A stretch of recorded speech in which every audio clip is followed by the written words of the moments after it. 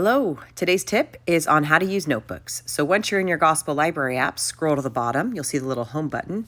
We'll make sure we're at the top of the page just so you see where we're at. And you scroll down, you'll see study tools. I love annotations, tags, and notebooks, but today is notebooks, so let's click on that. So one of the great things I love to do with my seminary students is to add a notebook called Seminary Journal. So you click the plus sign here. This is the first time you'll do it, and then you can add whatever journals you want after that. I'll give you some examples in a minute. Oops, let's spell that correctly just for fun. Journal, and done. So now I have this new journal, but where did it go? Up at the top right, you'll see sort by count. That's the most items that I have in there, but I decided I want to do most recent. There's the journal. It's the one I did the most. If I had it back on count, just so you can see, I have 0 items, so it's at the bottom. But for today's sake, we'll put it as most recent.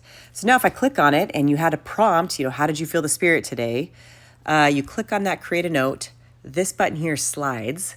So I love this feature at the far right. It looks like a calendar with a plus sign. Click that, it gives you the exact date and time.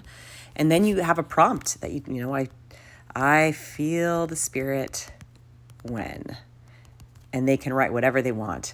And you have a journal item right there. So by the end of a week, you could have 5 journal entries, and they will have that, and they can actually start to tag them and save onto those so they'll never forget their spiritual promptings.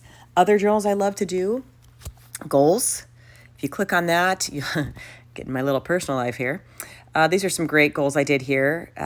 I love talking about intellectual, spiritual, physical, and social goals. And I show them these are some of my goals. Very simple. I made them very simple. I have deeper ones for my own personal journal, but we talk about that, and then we can go through and review them every couple of weeks or every month, and they learn to set goals. But having goals all in one place where they know where to find them is great. Plus, it reminds them to come back here. Another great one I do is How I Felt the Hand of the Lord, which is my personal journal, referencing Elder Eyring's talk from years ago, Oh, Remember, Remember, where the Lord told him specifically, I'm giving you these wonderful experiences not just for you. You need to write them down so that your family can remember how good the Lord has been to you and how I have blessed your life. Of course, he says it more eloquently than me, but I do like to encourage the youth to do that at the end of the night. So it's nothing I have control over, but just as a reminder, at the end of the day, just write a little note. How did you see God's hand today? And all of a sudden, they're starting to look for God. And so they have these journals of the Seminary Journal notebook right there. And then they've got How I Felt the Hand of the Lord. And then they've got goals. So they've got 3 different notebooks that you could start with, just as a suggestion. Have a great day.